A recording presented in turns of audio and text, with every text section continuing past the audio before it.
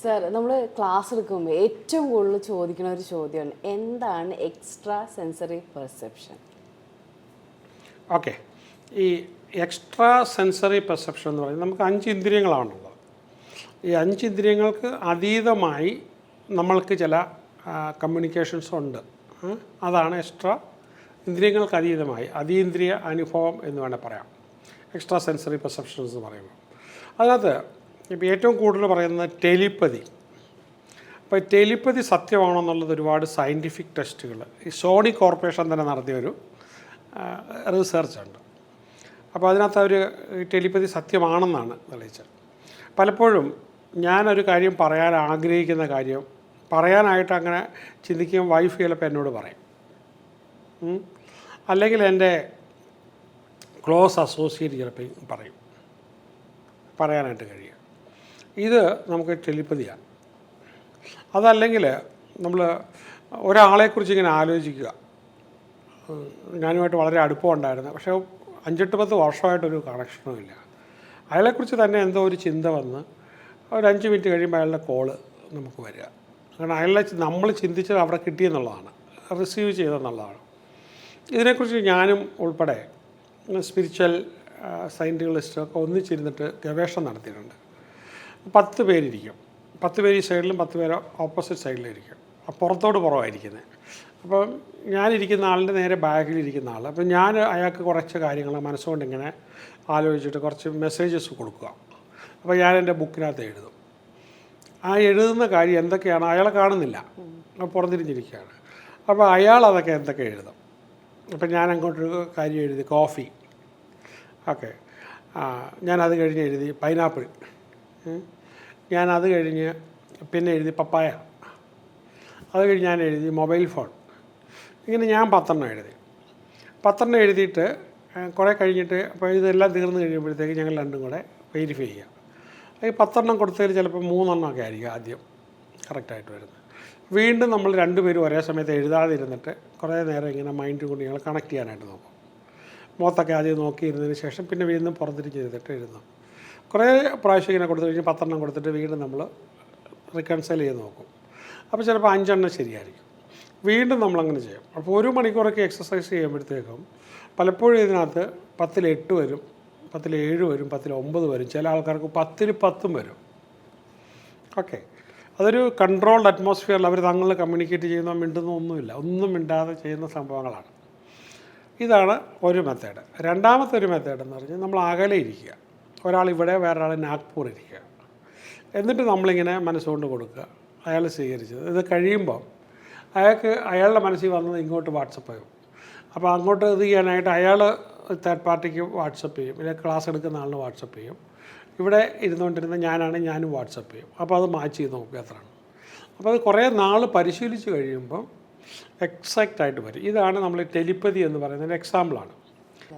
അതുപോലെ മറ്റൊന്നാണ് Clare വോയൻസ്. Clare വോയൻസ് എന്ന് പറഞ്ഞു കഴിഞ്ഞാൽ നമ്മൾ ഇവിടെ ഇല്ലാത്തൊരു സാധനം മറ്റെവിടെയോ ഉള്ളൊരു സാധനം, ഒരാളോ, അതിൻ്റെ ആബ്സെൻസിൽ നമ്മളതിനെക്കുറിച്ച് എന്തെങ്കിലും മനസ്സിലാക്കാനായിട്ട് ഡിസ്റ്റൻസിലുള്ളത് നമുക്ക് പറയാൻ പറ്റുക, മനസ്സിലാക്കാൻ പറ്റുക. അതുപോലെ ക്ലെയർ ഓഡിയൻസ്, വളരെ അകലെ ഇരുന്ന് ചൈനയിലിരുന്ന് ഒരാൾ സംസാരിച്ചുകൊണ്ടിരിക്കുന്നത് ഇവിടെ ഇരുന്ന് കേൾക്കാനായിട്ട് കഴിയുക. ഹിയർ സൗണ്ട്സ്, വോയിസസ്, ഓക്കെ, മറ്റുള്ളവർക്കിത് അവൈലബിൾ ആകത്തില്ല, ഒരാൾക്ക് മാത്രം. ഇതൊരു ഒരു സ്പിരിച്വൽ പ്രാക്ടീസ് എന്നുള്ളത് നോൺ ഫിസിക്കൽ മീൻസിലൂടെ ഇൻഫർമേഷൻ സ്വീകരിക്കുക എന്നുള്ളതാണ്. അതുപോലെ മറ്റൊന്നാണ് ഈ ക്ലെയർ സെൻസസ്. അതെന്താണെന്ന് വെച്ച് കഴിഞ്ഞാൽ മറ്റൊരാളിൻ്റെ ഇമോഷൻസ്, ഇപ്പോൾ ഇവിടെ വന്നേക്കുന്ന ഒരാളിൻ്റെ ഇമോഷൻ നമുക്ക് ഫീൽ ചെയ്യുക. ഇയാളിൻ്റെ ഇമോഷനാണല്ലോ ഉള്ളത് നമുക്ക് ഫീൽ ചെയ്യുക. ഇയാൾ വളരെ സാഡാണല്ലോ, ഇയാൾ വളരെ ഹാപ്പിയാണല്ലോ, ഇയാൾ വളരെ എക്സൈറ്റഡ് ആണല്ലോ. ഇമോഷൻ നമുക്ക് ചെയ്യാം. അറ്റ്മോസ്ഫിയർ, ചില സ്ഥലങ്ങളിലെ എനർജി സെൻസ് ചെയ്യുക. പിന്നെ നമുക്ക് ഫിസിക്കൽ ഇൻട്രാക്ഷൻ ഇല്ലാത്ത ചില ഓബ്ജക്റ്റുകളുമായിട്ട് നമുക്ക് ഇത് ചെയ്യാം. ഒരു ക്ലിയർ ഫീലിംഗ് അങ്ങനെ നമ്മൾ പറയുമായിരിക്കും. പിന്നെ മറ്റൊന്നാണ് പ്രീകോഗ്നീഷൻ. പ്രീകോഗ്നീഷനകത്ത് നമുക്ക് നാളെ മഴ പെയ്യും, ഓക്കെ, ഇല്ല നാളെ ഒരു പർട്ടിക്കുലർ റിസൾട്ട് നമ്മൾ പറയുകയാണ്, ഇല്ലെങ്കിൽ നമുക്ക് ഒരു ഒരു ഡ്രീം ഉണ്ടാകുമെന്ന് പറയുക, ഒരു ഇൻഡ്യൂറ്റീവ് ഫീലിംഗ് ഉണ്ടാകുമെന്ന് പറയുക, ഇതൊക്കെയാണ്. അപ്പോൾ റിട്രോ കൊഗ്നീഷൻ പലപ്പോഴും സംഭവിക്കുന്നത് നമുക്ക് നേരത്തെ നടന്ന ഒരു മർഡർ അതിങ്ങനെയായിരുന്നു നടന്നിട്ടുള്ളതെന്ന് പറയാൻ പറ്റുക വളരെ വ്യക്തതയോടുകൂടി, അതല്ലെങ്കിൽ ഒരു മോഷണം പോയ സാധനങ്ങൾ, ഇങ്ങനെയുള്ള സാധനങ്ങൾ അതിനെക്കുറിച്ച് പറയാനായിട്ട് പറ്റുന്നതാണ്. അതുപോലെ തന്നെ സൈക്കോമെട്രിക്കകത്ത് നമുക്ക് ഒരു ഓബ്ജക്റ്റോ അല്ലെങ്കിൽ ഒരാളെയോ നമ്മൾ ടച്ച് ചെയ്യുക, ഇല്ലെങ്കിൽ ഹോൾഡ് ചെയ്തിട്ട് അതിനെക്കുറിച്ച് നമുക്ക് കൂടുതൽ പറയാനായിട്ട് പറയാം. ഇത് ഇന്ന ആളിൻ്റെ ആണല്ലോ എന്നൊക്കെ കാണാതെ തന്നെ പറയാനായിട്ട് പറ്റുക. പിന്നെ ഒരു സംഭവം എന്ന് പറഞ്ഞാൽ മീഡിയംഷിപ്പ് എന്ന് പറഞ്ഞിട്ടുണ്ട്. അപ്പോൾ മീഡിയംഷിപ്പ് കുറച്ച് ജർമ്മൻസ് ഇതിനെക്കുറിച്ച് നല്ല ഗവേഷണങ്ങൾ നടത്തിയിട്ടുണ്ട്. മീഡിയംഷിപ്പിനകത്ത് നമ്മളെന്ന് വെച്ചാൽ നമ്മുടെ ഒരാളെ പിന്നെ എന്താണ് സെൽഫായിട്ടോ ഇല്ല ഒരാൾ തേർഡ് പാർട്ടിയെ ഹിപ്നോട്ടൈസ് ചെയ്തിട്ട് അയാളുടെ കോൺഷ്യസ്നസ്സും ഒരു എക്സ്റ്റേണൽ സ്പിരിറ്റിൻ്റെ consciousness, may be good spirit, നന്മയുള്ള ഒരാത്മാവ്, അപ്പോൾ അങ്ങനെയുള്ള അത് ജീവിച്ചതോ മരിച്ചതോ ആകണമെന്നില്ല. ടീച്ചിങ്സ് ഓഫ് എബ്രഹാം എന്ന് പറയുന്ന പ്രോഗ്രാമിനകത്ത് ഇതിനെക്കുറിച്ച് ഒരുപാട് പറയുന്നുണ്ട്. അപ്പോൾ അങ്ങനെയുള്ള എനർജീസിനെ കുറിച്ച് പറയുന്നുണ്ട്. അപ്പോൾ അവരുമായിട്ട് ഇൻട്രാക്ട് ചെയ്ത് അവരിൽ നിന്ന് വിസ്ഡം എടുക്കുക, നോളജ് എടുക്കുക, മെസ്സേജസ് എടുക്കുക, ഇതൊക്കെയാണ് മീഡിയംഷിപ്പ് എന്ന് പറയുന്നത്. അതൊരു മോശം പ്രാക്ടീസായിട്ട് ചെയ്യുന്ന സ്ഥലങ്ങളുമുണ്ട്. ഇതിനെക്കുറിച്ചെല്ലാം പഠിപ്പീര് വരുന്നത്, ഇതിൻ്റെ ഗവേഷണങ്ങളും പഠനം വരുന്നത് പാരാസൈക്കോളജിയുടെ ബ്രാഞ്ചാണ്. പാരാസൈക്കോളജിയിലാണിത് ഇതിനെക്കുറിച്ചുള്ള. അപ്പോൾ എത്രമാത്രം റിലയബിലിറ്റി ഉണ്ട്, എത്രമാത്രം കൂടിയിട്ടുണ്ട് കുറഞ്ഞിട്ടുണ്ടെന്നൊക്കെ നമുക്ക് പറയാനായിട്ട് പറ്റുന്നത്. ഇതിനെ കംപ്ലീറ്റ് ആയിട്ട് നമ്മൾ നിരാകരിക്കുന്നില്ല.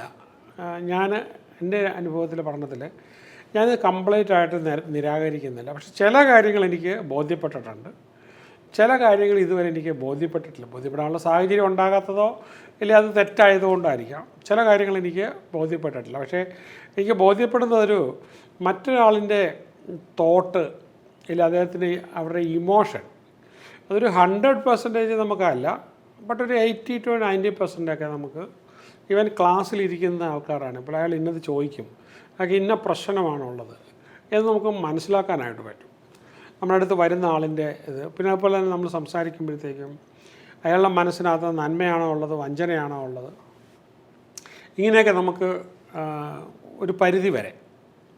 ഈ 100% ആക്കുറസി നമുക്ക് ഒരിടത്തും പറയാൻ പറ്റില്ല. പക്ഷേ ഇപ്പം ഞാൻ പറഞ്ഞതല്ലാതെയും വേറെ കുറേ സംഭവങ്ങളുണ്ട്. അപ്പോൾ അതിവിടെ പറഞ്ഞധികം ഒരു കൺഫ്യൂസ് ചെയ്യേണ്ട എന്ന് വിചാരിച്ചിട്ടാണ്. ചിലതൊക്കെ പൂർണ്ണമായിട്ടും ബോധ്യപ്പെട്ടിട്ടുണ്ട്. അപ്പോൾ ഒരാളൊരു ഫാമിലി പ്രോബ്ലമായിട്ടാണ് വന്നിരിക്കുന്നതെന്നുണ്ടെങ്കിൽ ആദ്യമേ ഫേസ് കണ്ടപ്പോൾ തന്നെ ഇയാൾക്ക് അല്ലെങ്കിൽ she has got A family issue എന്ന് നമ്മൾ മനസ്സിലാക്കിയിട്ട് നമ്മൾ ഫാമിലിയെക്കുറിച്ച് ചിലപ്പോൾ പറഞ്ഞു വരും. അപ്പോൾ ക്ലാസ്സൊക്കെ കഴിയുമ്പോഴത്തേക്ക് ഇവർ അതേ കാര്യം എനിക്കൊരു പ്രോബ്ലം ഉണ്ടായിരുന്നു ഞാൻ ചോദിക്കാനിരുന്നതാണ്, അത് പക്ഷേ ആൻസർ ചെയ്തു എന്ന്. അപ്പോൾ അതുകൊണ്ടാണ് പലപ്പോഴും ഞാനെടുക്കുന്ന ക്ലാസ്സിൽ ഓരോ ക്ലാസ്സും മാറി മാറി പോകുന്നത്.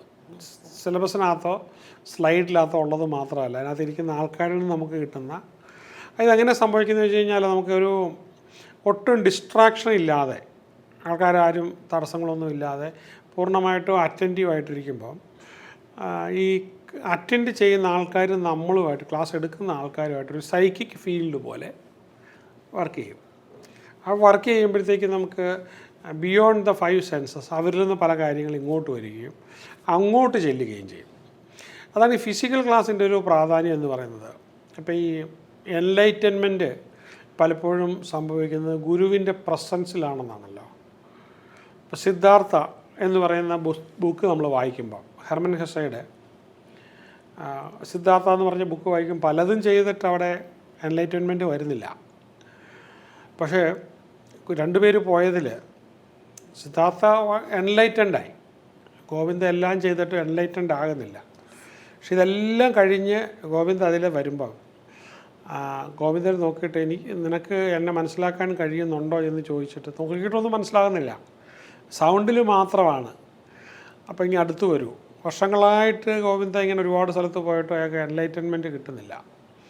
പക്ഷേ അവിടെ വന്നു കഴിയുമ്പോൾ ആ നെറ്റിയിൽ ഒന്ന് ചുംബിക്കുമ്പോഴാണ് പെട്ടെന്ന് നമ്മൾ ഇലക്ട്രിക് ഷോക്ക് പോലെ ഒരു പ്രതിഭാസം സംഭവിച്ച് ഗോവിന്ദയിൽ ഒരു എൻലൈറ്റൻമെൻറ്റ് വരുന്നത്.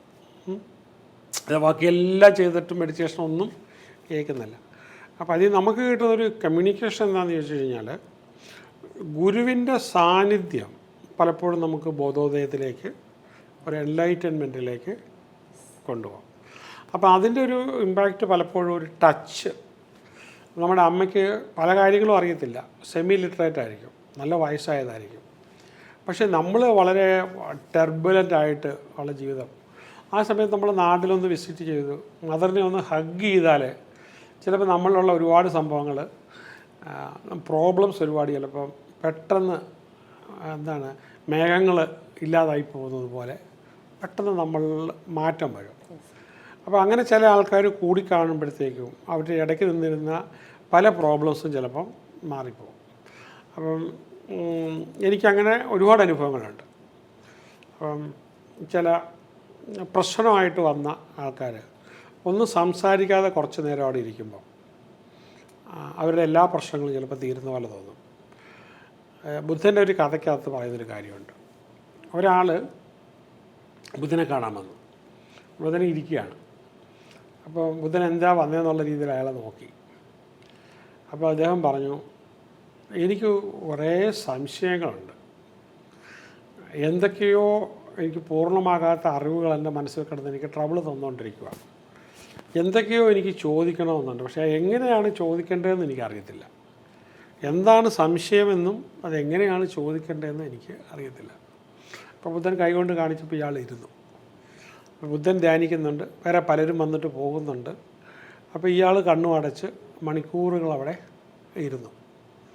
ബുദ്ധനൊന്നും സംസാരിക്കുന്നില്ല. പല ആൾക്കാരും വന്നിട്ട് അവിടെ ഇരുന്നിട്ട് പോവുക, പലപ്പോഴും ബുദ്ധനോടൊന്നും സംസാരിക്കുന്നില്ല. അപ്പോൾ അങ്ങനെ പോകുമ്പോൾ കുറേ നേരം കഴിഞ്ഞ് ഇദ്ദേഹം പോകാനായിട്ട് എഴുന്നേറ്റ്. അപ്പോൾ ബുദ്ധൻ ഇദ്ദേഹത്തെ നോക്കിയപ്പോഴത്തേക്കും പറഞ്ഞു, ഇല്ല, എൻ്റെ എല്ലാ സംശയത്തിനും ചോദ്യങ്ങൾക്കെല്ലാം എനിക്ക് ഉത്തരം കിട്ടി. അപ്പോൾ ഈ മൗനം വാചാലം എന്ന് പറയുന്നത് പോലെ എൻ്റെ സൈലൻസിലൂടെ എനിക്ക് നിങ്ങളോട് കമ്മ്യൂണിക്കേറ്റ് ചെയ്യാൻ പറ്റുമെന്നുണ്ടെങ്കിൽ അതൊരു കോൺഷ്യസ്നസ് ട്രാൻസ്ഫറാണ്. ഓക്കെ, അപ്പോൾ നമുക്ക് തീർച്ചയായിട്ടും സൈലൻസിലൂടെ കമ്മ്യൂണിക്കേറ്റ് ചെയ്യാനായിട്ട് പറ്റും.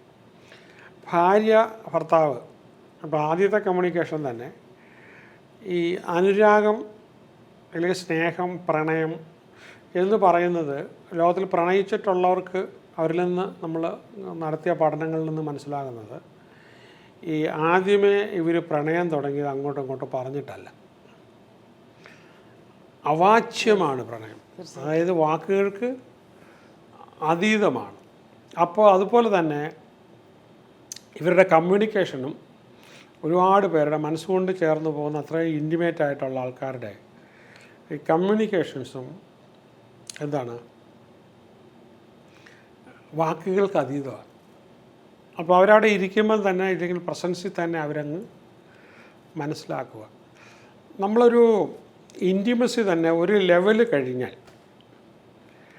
നമുക്ക് മറ്റേ ആളിൽ കുറ്റം കണ്ടുപിടിക്കാൻ പറ്റത്തില്ല. അപ്പോൾ എനിക്ക് പലപ്പോഴും ഞാൻ നോക്കുമ്പോൾ, ഞാൻ കല്യാണം കഴിച്ച് ജീവിക്കാൻ തുടങ്ങിയിട്ട് ഇപ്പം 34 ഇയേഴ്സായി. പക്ഷെ അതിന് 3 വർഷം മുമ്പേ ഞങ്ങൾ പ്രണയം തുടങ്ങി. That means 37 years as of today. അപ്പം പിന്നീടുള്ള വർഷങ്ങളിങ്ങനെ നോക്കുമ്പോഴത്തേക്കും ജിജിയിൽ എനിക്കിങ്ങനെ ഒരു കുറ്റങ്ങളും കാണാൻ പറ്റുന്നില്ല. എപ്പോഴും ഭാര്യയ്ക്ക് കുറ്റം എന്നുള്ള ആൾക്കാർ പറയുമല്ലോ. ഇപ്പോൾ ഒരുപാട് പേര്, ഞാൻ മാരേജ് ആയിട്ടുള്ള ബന്ധപ്പെട്ട കാര്യങ്ങളൊക്കെ ഞങ്ങൾ രണ്ടുപേരും പലരുടെ അടുത്ത് ഹീൽ ചെയ്യാറുണ്ട്. അപ്പോൾ അവർക്ക് പറയാൻ ഒരുപാട് ഡിഫറൻസസ് ഉണ്ട്. പക്ഷേ എനിക്ക് ഇന്നതുപോലെ ഇന്ന കുറവുണ്ടെന്നോ കാണാൻ പറ്റുന്നില്ല. ഓക്കെ, തീർച്ചയായിട്ടും സാറിൻ്റെ ജിജി എന്ന് പറയുമ്പോൾ തന്നെ അതിൽ നല്ല സ്നേഹമുണ്ട്. ഉണ്ട്, വാക്കി തന്നെ എത്ര സ്വീറ്റായിട്ട് വിളിക്കുന്നു. ഉണ്ട്. അപ്പോൾ എന്നിൽ കുറവുണ്ടെന്നും പറഞ്ഞ് എന്നെ അങ്ങനെ എൻ്റെ വൈഫ് ക്രിട്ടിസൈസ് ചെയ്യാറുമില്ല. അപ്പം നമുക്ക് മറ്റുള്ളവരുടെ കുറ്റങ്ങൾ അതെന്ന് പറഞ്ഞാൽ വാക്കുകൾക്ക് അവാച്യമായി വാക്കുകൾ കൊണ്ട് പറയാൻ പറ്റാത്ത രീതിയിൽ നമ്മൾ കമ്മ്യൂണിക്കേഷൻ നടക്കും. അപ്പോൾ എപ്പോഴും ഞാൻ തന്നെ പഠിപ്പിക്കുന്നുണ്ട് വളരെ effective communication between husband and wife and body communication, non verbal communication. പക്ഷേ എക്സ്പ്രസ് ചെയ്യണം, സ്നേഹം എക്സ്പ്രസ് ചെയ്യണം എന്നെല്ലാം പറയും. പക്ഷേ ഇതൊന്നും അല്ലാതെ നമ്മൾ എക്സ്പ്രസ് ചെയ്യുന്നുണ്ട്. ഓക്കെ, അത് വേറൊരു കാര്യമാണ്. ഇപ്പോൾ ഈ കഴിഞ്ഞ കുറച്ച് നാളുകളൊക്കെ ആയിട്ട് ഞാനും ജിജിയായിട്ട് കൂടിക്കാണുന്നത് മാസത്തിൽ 1 ദിവസമോ 2 ദിവസമോ 2-3 മാസം കൂടുമ്പോഴൊക്കെ ആയിരിക്കും. ജിജിയും പല സ്ഥലത്ത് ട്രെയിനിങ് എടുക്കുമായിരിക്കും, ഞാനും പല സ്ഥലത്ത് ട്രെയിനിങ്ങോ മറ്റോ ആക്ടിവിറ്റിയിലോ ആയിരിക്കും. പക്ഷേ അല്ലാതെ നമ്മൾ കമ്മ്യൂണിക്കേറ്റ് ചെയ്തുകൊണ്ടിരിക്കുക. ഫോൺ വിളിച്ച് പറയാനില്ല, എന്നാലും ഫോൺ വിളിക്കും. പക്ഷെ എന്നാലും പറയാനുള്ളത് അങ്ങോട്ടും ഇങ്ങോട്ടും അറിഞ്ഞെന്നുള്ളൊരു തോന്നലാണ്. നമ്മുടെ ചുറ്റുവട്ടത്തുള്ളതെല്ലാം അങ്ങോട്ടും ഇങ്ങോട്ടും കണ്ടുകൊണ്ടിരിക്കുന്നു എന്നുള്ളൊരു പിന്നെന്താണ് സുതാര്യത, അങ്ങോട്ടും ഇങ്ങോട്ടും നമ്മൾ പറയാതെ തന്നെ സുതാര്യത അറിയുന്നു എന്നുള്ളതാണ് പ്രത്യേകത.